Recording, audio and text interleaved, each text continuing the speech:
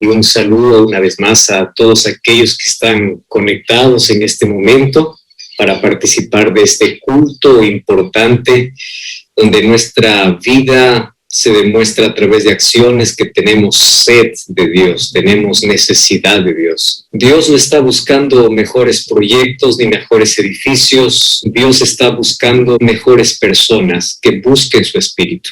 Hay muchas personas que durante esta pandemia reafirmaron su decisión de seguir a Jesús, mientras otros, esta es la excusa perfecta como para abandonar a Jesús.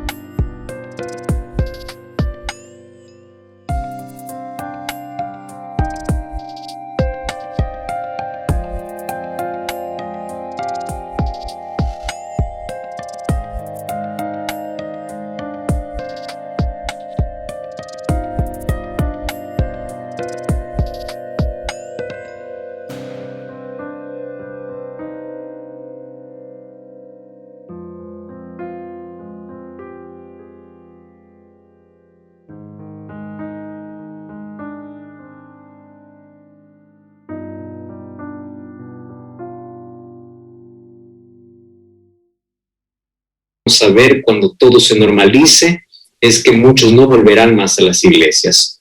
En cambio, habrán otros que vendrán. Y la vida cristiana es una vida de lucha constante. Y es una vida de búsqueda constante a Dios, una vida de dependencia de Dios.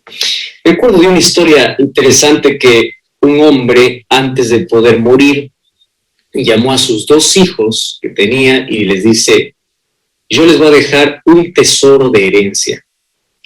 Solo que para poder encontrar ese tesoro, ustedes tienen que cavar la tierra. Y más o menos les dejaba unas 10 hectáreas de terreno, ¿no? Y yo no les voy a decir en qué lugar está el tesoro, así que ustedes tienen que cavar todas las 10 hectáreas de terreno. Si ustedes cavan y cavan y cavan, van a encontrar el tesoro. Así que el que encuentre el tesoro, pues se lo lleva, ¿no? Es de él. Así que mi herencia para ustedes, no solamente la tierra, sino un tesoro que está allí en la tierra. Y allí los 2 jóvenes todavía, después que ya enterraron al padre, se miraron el uno al otro y dijeron: vamos a hacer un trato, pues. Vamos a comenzar de un canto, tú vas a iniciar de un canto, yo del otro, y nos vamos a encontrar en el centro. Quien tiene suerte encuentra el tesoro. Así que cada uno va a cavar 5 hectáreas de terreno. Y allí empezaron con fuerza, con ganas, con maquinaria, con gente, con todo. Ahora, no querían ponerle máquina, obviamente, porque iba a dañar el tesoro, ¿no? Así que comenzaron a contratar gente y todos empezaron a cavar, a hacer hueco. Y empezaron 1, 2, 3, 4 hectáreas y nada, no había tesoro por ningún lado, ¿no? Llegaron a las 5 hectáreas y allí los 2 hermanos se encontraron totalmente agotados, totalmente frustrados porque habían cavado tanto y no habían encontrado nada. Así que fueron a casa allí decepcionados porque dijeron: nuestro padre nos ha mentido. ¿Cómo nos va a decir que va a haber un tesoro? Hemos cavado cada rincón de ese terreno y no ha pasado nada. Hemos gastado nuestra energía, nuestra fuerza y todo fue en vano. Pero bueno, ya que está bien cavado, pues vamos a sembrar. Así que ellos comenzaron allí la siembra y ese año de siembra dio como nunca antes. ¿Por qué? Porque habían cavado la tierra con profundidad. Y cuando dio la tierra tanto fruto, se acordaron de las palabras del Padre. Dijeron: es que nuestro Padre nos ha dicho de manera figurada, ¿no? Porque el tesoro no estaba enterrado en sí, el tesoro era que nosotros teníamos que remover la tierra para que pueda producir mejor. Y claro, la producción de ese año fue el mayor tesoro y la mayor herencia. Esta es una historia no muy lejana de nuestra realidad como cristianos. Jesús dijo así: escudriñad las Escrituras, porque en ellas encontráis la vida eterna. Y la vida eterna es el mayor tesoro que los seres humanos podemos tener. No existe mayor tesoro que eso. Y para poder tener ese tesoro en la vida, tenemos que hacer dos cosas. Primero dice escudriñar. Escudriñar tiene varios sinónimos. Es cavar, profundizar, es esforzarse para poder remover y para poder ir hasta la profundidad. Escudriñar no es una lectura superficial. Escudriñar es sumergirse en la profundidad, es cavar la tierra, es gastar energía, es colocar nuestro esfuerzo, es como lo hizo Guillermo Miller en su momento. No voy a pasar hasta el próximo versículo a menos que no entienda este. Y para ello hay recursos, hay que subrayar, hay que leer, hay que cuestionar, hay que preguntar, hay que investigar, hay que buscar respuestas. Y ahí yo coloco una cuestión interesante. Si tú para ser profesional, o sea, para ser un arquitecto, para ser un ingeniero, para ser un psicólogo, para ser un médico, tienes que esforzarte, tienes que estudiar, tienes que investigar, tienes que hacer todo eso, si para eso necesitas años de estudio, de desvelo, de esfuerzo, la pregunta es, ¿cuánto más para nuestra salvación? ¿Ustedes se dan cuenta a veces del descuido que tenemos? Para nuestra salvación dedicamos el tiempo mínimo y para las otras cosas personales, el tiempo máximo. Hay materias que a ti nunca te gustaron, pero tuviste que estudiarlo y tuviste que entenderlo. Hay cosas en la vida que tú tienes que hacerlo porque sabes que finalmente vale la pena. Y en la salvación Jesús fue muy claro cuál debe ser nuestra actitud para encontrar el mayor tesoro. ¿Ustedes saben cuándo vamos a amar de todo corazón a Cristo? Cuando lo conozcamos de verdad. Aquel que no lo conoce de verdad, en su esplendor, en su carácter, todavía no encontró el tesoro. Yo ya hice otro mensaje para ustedes, que aquel que encuentre el verdadero tesoro es capaz de poder renunciar a todo, vender a todo, porque sabe que es lo mejor que encontró. Pero si tú no estás dispuesto a renunciar a todo, es porque todavía no has encontrado el tesoro. Solo que hoy yo quiero reflexionar con ustedes en dos textos que a mí me llaman la atención de manera extraordinaria y que tiene que ver con nuestra vida personal. Mateo capítulo 7, versículo 24 al versículo 27. Ustedes saben que Mateo lo escribe un discípulo de Jesús. Entonces, Mateo caminó con Jesús. Mateo conoce de cerca el ministerio de Jesús y hay historias que lo narran desde su punto de vista de manera extraordinaria. Marcos no fue discípulo de Jesús, sino que Marcos escribió su libro basado en la experiencia de Pedro. Fue Pedro quien habla a Marcos, el ministerio de Cristo, y Marcos es escrito desde la perspectiva de Pedro. Lucas no fue un discípulo de Jesús, Lucas fue un médico, fue el compañero de Pablo, pero él fue un doctor, él fue un hombre educado. ¿Y qué cosa hace Lucas? Lucas comienza a narrar el ministerio de Cristo desde otra perspectiva. Juan, discípulo de Jesús también, él comienza a narrar a Jesús desde la perspectiva de la divinidad de Jesús. Por eso su libro comienza hablando en el principio del verbo, el verbo era Dios, el verbo era con Dios y el verbo era Dios, hablando de la divinidad de Jesús.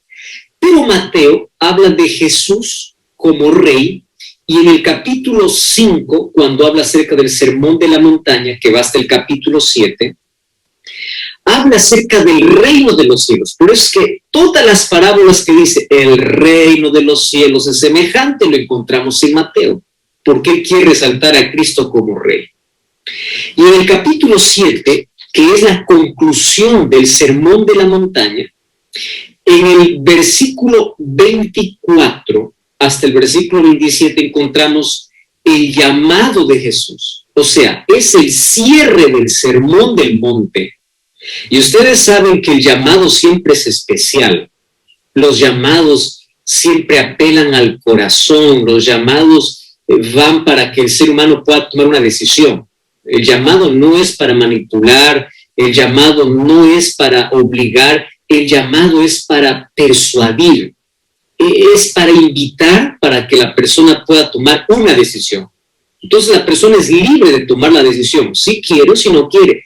Y a mí me encanta porque Mateo 7:24 es el llamado de Jesús después de haber dicho tantas cosas en su sermón. Y vamos a escuchar el llamado de Jesús. Dice el versículo 24. Cualquiera que me oye estas palabras y las hace, le compararé a un hombre prudente que edificó su casa sobre la roca.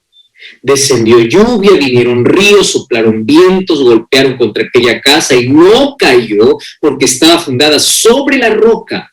Pero cualquiera que me oye y no las hace, le compararé a un hombre insensato que edificó su casa sobre la arena. Descendió lluvia, vinieron ríos, soplaron vientos, dieron con ímpetu contra aquella casa y cayó y fue grande su ruina. Y allí Jesús acaba. O sea, la decisión lo tomas tú, dice Jesús. Pero yo te voy a dejar aquí dos opciones.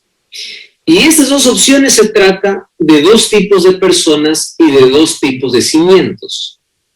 Y aquí hay cosas que me encanta comparar. Mírenme, los dos oyen la palabra, tanto el prudente, tanto el insensato. La diferencia entre el prudente y el insensato es que uno hace lo que oye y el otro oye, pero no hace. Qué interesante lo que Jesús está diciendo. Entonces la pregunta es, ¿quién soy? ¿Prudente o insensato? La palabra insensato es traducido también como tonto. Entonces, ¿a quién de los dos yo represento? Porque todos podemos oír la palabra. El asunto es hacer. Eso es lo primero. Y lo segundo es sobre qué base estás construyendo. O sobre la roca o sobre la arena. ¿Por qué? Porque si hay algo en común es que ambos van a recibir las mismas tempestades. No es que aquel que edifica sobre la arena, está tranquilo, todo le va bien. No. También va a recibir lluvia, ríos, vientos, igual que el insensato. Es decir, los problemas, dice Jesús, van a ser iguales para el insensato y para el prudente, para el fiel y para el infiel, para el que me sirve y para el que no me sirve. O sea, tempestades van a ser iguales. La diferencia es la siguiente: va a caer aquel que no tiene base sólida. Y ustedes saben que el libro de Santiago, capítulo 1, versículo 22, miren cómo lo dice de otra manera aquello que Jesús dice en Mateo capítulo 7, versículo 24. Santiago capítulo 1, versículo 22 dice así: si alguno es oidor de la palabra, pero no hacedor de ella, es semejante al hombre que se considera en un espejo su rostro, se mira, se va y se olvida. Qué impresionante la manera como Santiago nos narra, ¿no? Dice, tomando incluso lo que Jesús había dicho ya en Mateo 7:24. Es decir, el insensato es aquel que oye, pero no hace. Y aquel que oye y no hace es aquel que igual que mira en un espejo. Se mira en un espejo, mira la mancha, mira el problema que tiene en el rostro, mira eso. Entonces deja de mirar, se olvida cómo era y sigue igual, sigue con su vida. Qué ilustración, ¿no? Jesús aquí está ilustrando prudente y sensato. Santiago nos ilustra de él que va a un espejo, se mira y se olvida, aquel que no hace la palabra. Entonces aquí viene el asunto. ¿Cómo yo puedo ser una persona prudente y no un insensato? Entonces, aquí yo tengo que tener una base sólida y es la base espiritual. Y aquí voy a hacer un paréntesis, ¿está bien? Los hogares no se construyen con ladrillos. Las casas se construyen con ladrillos. Los hogares se construyen con principios. Voy a repetir esto porque debe calar allí en nuestra mente. Las casas se construyen con ladrillos, pero los hogares se construyen con principios. ¿Cuál es el principio que Jesús aquí coloca?